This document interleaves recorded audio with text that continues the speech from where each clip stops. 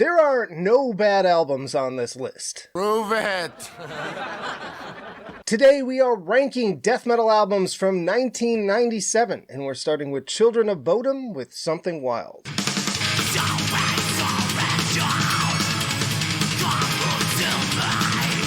The debut album from this legendary Finnish band, and it's the riffs that really stand out on this list, especially on tracks like Lake Bodom and also the more symphonic moments like The Nail. Really great energy all the way through. The only thing that pulls it down a bit are some kind of questionable Yarly clean vocals that range from unpleasant to downright terrible, but they're kind of few and far between. This is easily a top entry aside from that in this year. It's not one of my overall favorites from the band, but again, like nothing else really truly sounded like this then. The synth work especially was just unprecedented, and then so many bands kind of followed their lead, so it's going to perfection. Then we have Carcariass with Hell on Earth.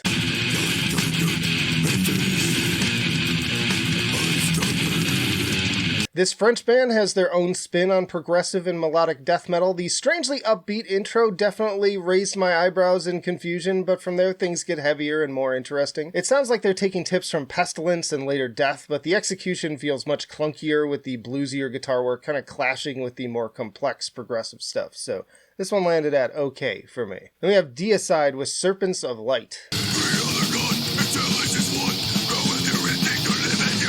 Hearing a slight shift in production on this one, almost kind of slayery, and it's also a very lean 30 minutes, which is always a win for me. Less is more, especially when it comes to most death metal, in my opinion. Standouts: Bastard of Christ, This Is Hell We're In, I Am No One, and Creatures of Habit. My only fairly minor complaint is that the vocals could be better. Another case of not my favorite from them, but definitely a top half pick from this year. It is going to fantastic. Then we have Caducity with Whirler of Fate.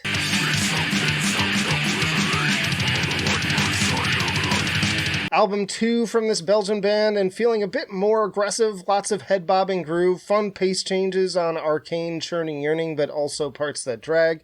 Not my favorite, but pretty solid. It's going to good tier. Then we have Septicflesh with the Ophidian Wheel.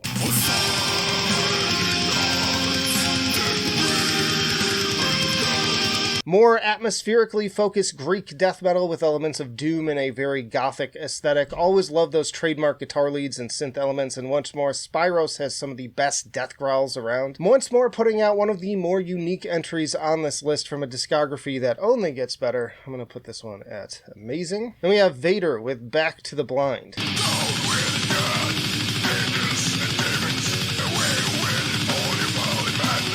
Of their early albums, I feel like this one gets discussed the least. It feels kind of like a step back, both in songwriting and production from De Profundis. A little clumsier, songs not as memorable, and just less pleasant to listen to in spite of the always headbang-inducing drums. Still, I'm always happy to get some of this Polish band's thrash-infused death metal. So, even though I was hard on it, it's still one of the more enjoyable things on here. Just not top half kind of stuff. Very close though. I'm putting it at great tier. Then we have Shub Niggurath with the King-like Celebration, Final Aeon on Earth.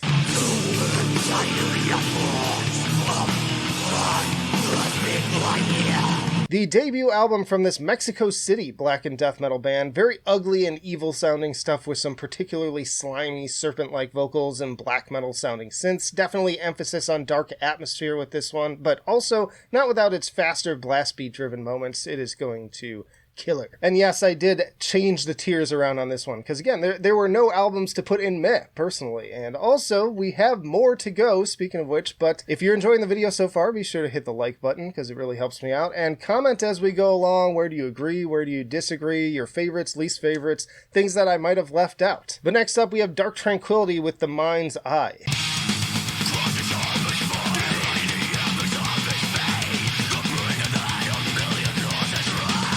Stepping up the speed and aggression from the gallery, you've got some real bangers here like Dreamlord Degenerates, Zodiacal Light, Hedon, Adam, and Tongues. This band also has one of my all-time favorite discographies, so almost every Dark Tranquillity album makes near the top for me in a given year, and this is no exception. It is going to perfection. Then we have Belphegor with Blut Sabbath.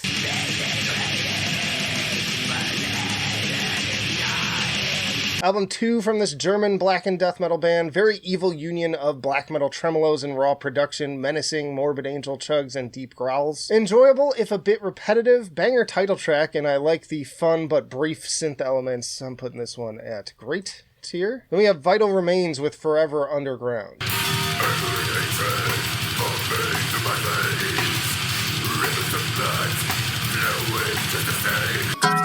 Atmospheric, almost Danny Elfman-esque intro to the imposing title track, and those cool synth elements find their way into others like I Am God, killer blast beats on Battleground, and the groovy Eastern Journey. Love the pop of the snare tone in the mix too. One of my favorites from this band overall, and it is going to fantastic. Then we have Crown of Thorns with Eternal Death.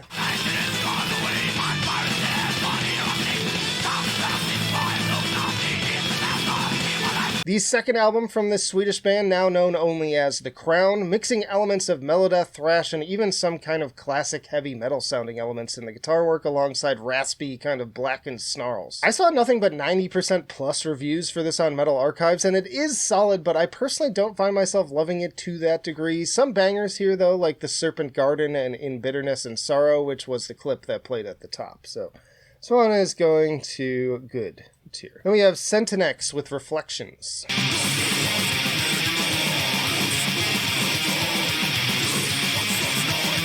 Album 3 for this Swedish band, and a step up from the previous. Lots of very at the gate sounding riffs that, while not packing the same punch, still got me banging my head along with the crusty beats. They've upped the production value. Love the church bells on Before the Dawn. Love the opening hook to The Dimension Beyond. Vocals could be a little bit more interesting, but overall really enjoy it. It's going to amazing. Then we have Flesh Grind with Destined for Defilement.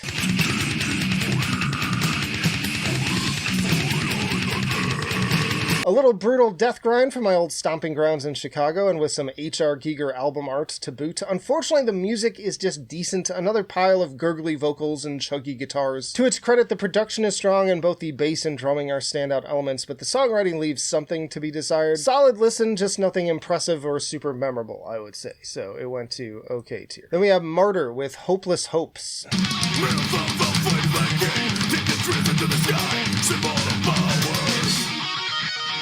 Some Canadian technical death metal straight out of Quebec with their debut full length, getting some pretty strong later career death vibes with very impressive musicianship, but unfortunately another vocal performance that gets a little on my nerves. I describe them as We Have Vader at Home, but even so, there is enough going on here that it doesn't even close to ruin the whole thing for me. Notably, guitarist Daniel Mongrain would also go on to play with Gorguts and has been a member of Voivod since 2013. This is going to killer. We have Intestine Ballism with An Anatomy of the Beast.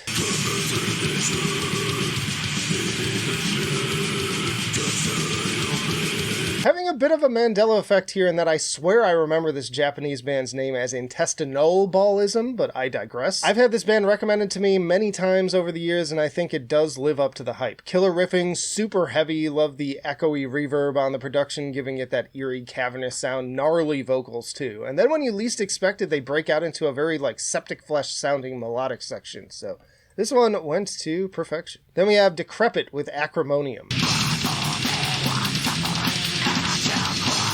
The only full-length album from this defunct Ohio band. Really love the cover art, especially the color choices, and as far as the music, some comparisons to Immolation and Incantation. Super brutal vocals, but with plenty of punky D-beats and a variety of styles in the guitar. Solid, if somewhat forgettable, so it went to good tier. Then there's Malevolent Creation with In Cold Blood.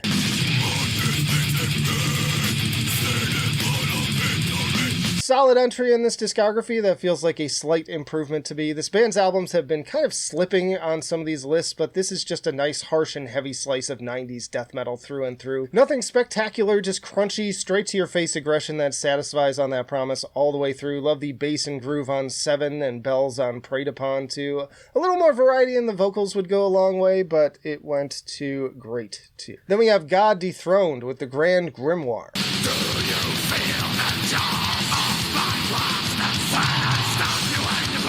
This Dutch blackened death metal band following up the Christ Hunt, and this feels like a huge step up from that to me. It's like At the Gates with a biting blackened twist. Super pissed off, but with plenty of earworms and menacing melodic moments as well. And the blast beats are also battering enough to draw comparisons to the likes of Marduk, so this is going to fantastic. We have Unleashed with Warrior.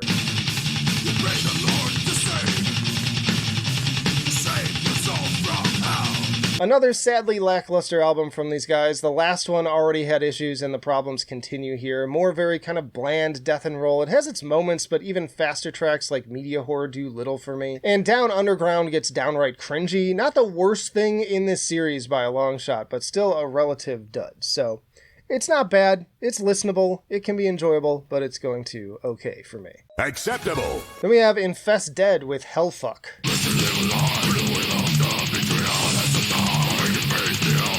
The debut album from this Swedish duo featuring Andreas Axelsson of Dysphere, The Lurking Fear, Marduk, and The Edge of Sanity, as well as his bandmate from the latter and equally prolific Dan Swano. Unlike their work with Edge of Sanity, which we'll get to, this feels very much like a rage and blow off steam kind of project in the Florida style of bands like Cannibal Corpse. 23 tracks, but all of them under 2 minutes for a total runtime of 36:45 and loaded to the brim with pure sacrilege. Pretty fun at that too. I'm putting it at killer. Then we have Flesh Crawl with Blood Red Massacre.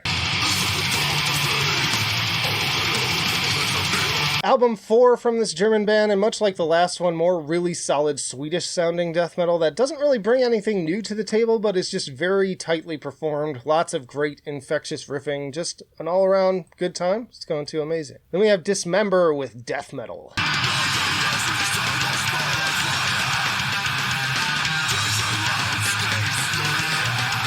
After loving the debut, I've been waiting for these Swedes to wow me again, but year after year, they've also been slipping down the rankings. Fortunately, 97 is the year that they finally make it happen again for me. Of Fire is an incredible opener, delivering those classic Swedish melodeath riffs, continuing into the equally ripping Trend Killer and Misanthropic, and it just burns all the way through. Just total fire. It's going to perfection. And speaking of Edge of Sanity, we have 2 albums from Edge of Sanity in 97. We're going to start with Infernal.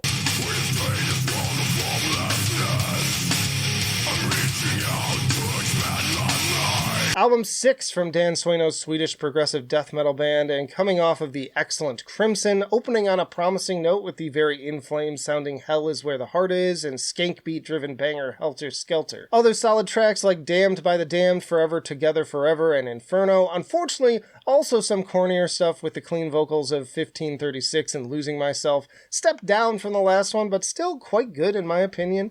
I'm actually going to put this one at amazing, and Swano temporarily left the band after this album due to creative differences, which brings us to Cryptic. So Andreas hired vocalist Robert Carlson of Swano's other project, Pandemonium, for this one in his absence, and he does really well here. It's a clear drop in production quality, but still starting out strong with Hell Written. From there, songwriting is a bit mixed. There are still plenty of good parts, but the songs just don't come together as well, save for a few like Not of This World. Still not as bad as some of the ratings out there would lead me to believe on this album, but definitely a few steps down. So I ended up putting it at great tier. Then we have Pyrexia with System of the Animal.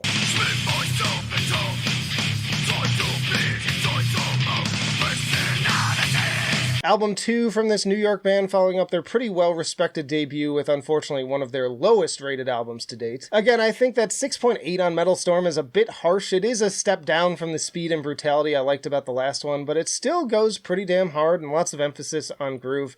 I'm gonna put this one at good tier, but I will say that the 25 years later re-recording slaps. Then we have Sadist with Crust.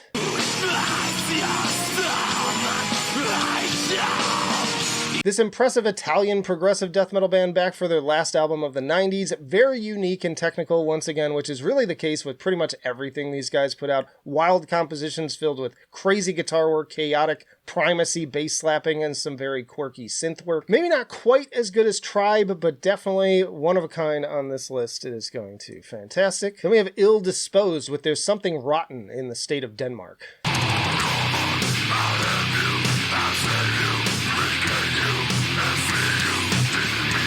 Album 3 from this Denmark band I previously praised on the 1993 list, now moving into a more groove-focused sound that feels like it could have easily inspired Devil Driver. But they also pull in elements of the Swedish melodeath sound on tracks like Near the Gates, which I have to wonder if the title is a play on At the Gates, and also a cover of Megadeth's Wake Up the Dead. Enjoyable if a bit all over the place, and I will say Pimp is just downright awful. that is a bad track. Probably the worst track I heard on this entire listening session. But still, listenable album's going too okay. Then we have Pessimist with Cult of the Initiated.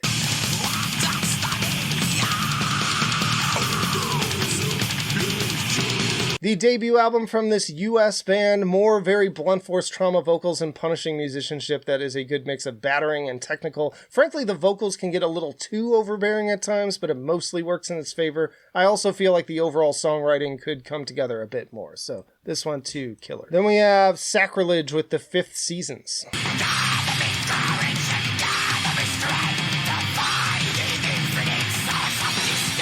Album 2 from the Swedish melodeath band, and I'm getting some pretty strong dissection energy mixed with some In Flames and Dark Tranquility riffs as well. That's an amazing combination of some of my favorite things in the genre. Unfortunately, they bring them together in a way that doesn't feel like a boring copycat. Right from the opening track, they had me hooked in with those glorious harmonized leads and snarling vocals. Shame that this was their final full length, as they definitely had it. Fortunately, vocalist drummer Daniel Svensson would go on to play with both In Flames and now the Halo Effect. This is going to perfection. Then we have Deceased with Fearless Undead Machines.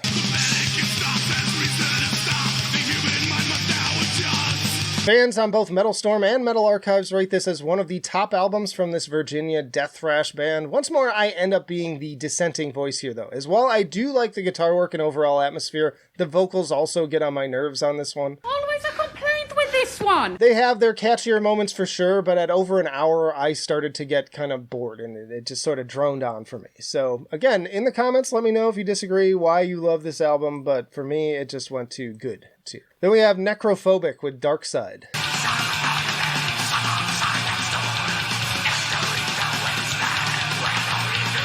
The second album from this Swedish band, following up their excellent 1993 debut that I actually put in perfection. Plenty of dissection comparisons again to be made here, really straddling the line between melodic death and melodic black metal. The atmosphere perfectly fits the cover art from Christian Whalen, who notably has done other classic artwork for At the Gates Slaughter of the Soul, Atheist Elements, Dark Tranquility's The Gallery, multiple Bathory albums, and yes, Storm of the Light's Bane, among many, many more. Great album. It's going to fantastic. Then we have Obituary with Back from the Dead.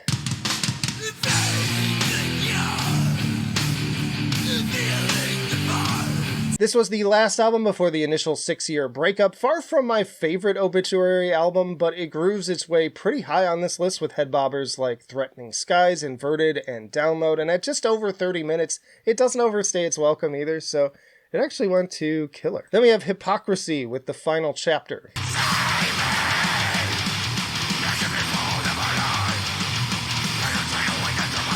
Kind of a misnomer from this Swedish band, as they would put out another album just 2 years later. Makes me think of the Friday the 13th series. Regardless, leaning further and further into that melodic death metal sound and stepping up both the production and vocals. Lots of great guitar work, from grooving HM2 to wailing bluesy solos. This and Abduction to me are where the band really hits its stride. This one is going to amazing. Don't lose the corkscrew. Ted! Hey, Ted, where the hell's the corkscrew? Then we have 6 Feet Under with Warpath. More bluesy, groove-driven death metal from one of the first death metal bands I was made aware of as a kid. I make fun of this band and Chris Barnes a lot, and I do think that much of it is warranted, but since Chris hadn't completely blown out his voice yet and become the E-guy, this album's perfectly fine. Hey, great job not sucking. Not bad, just bland and basic, baby's first death metal kind of stuff, so it's going to okay tier. Then we have Mortal Decay with Sickening Erotic Fanaticism.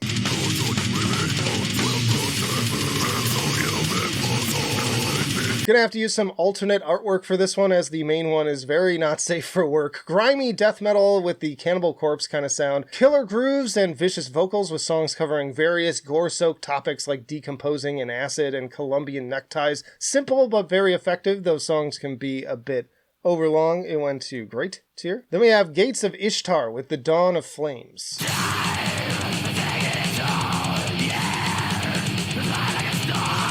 The sophomore album from the Swedish band that already wowed me in '96 with a Blood Red Path, stunning melodic death metal in a similar vein as early Dark Tranquillity and In Flames that puts me in a very chill and blissful state of mind. That little piano break on the title track in particular hits me right in the feels, and if you're too tough guy, big mad death metal for stuff like that, you're just plain missing out. You're not suave and cool. You're insecure. Maybe not quite top of the pack here, but very close, and just so glad I discovered them doing these videos. It is going to fantastic. And then we have In Flames with Whoracle.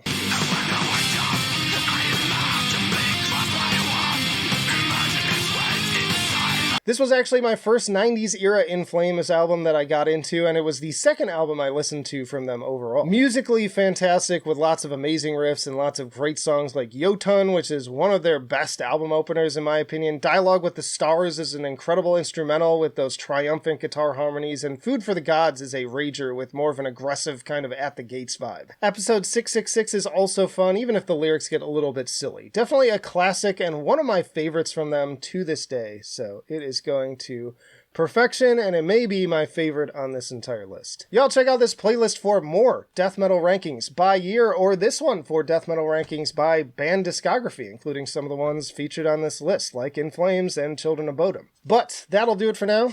Flight of Icarus signing off. I will see you in the trenches.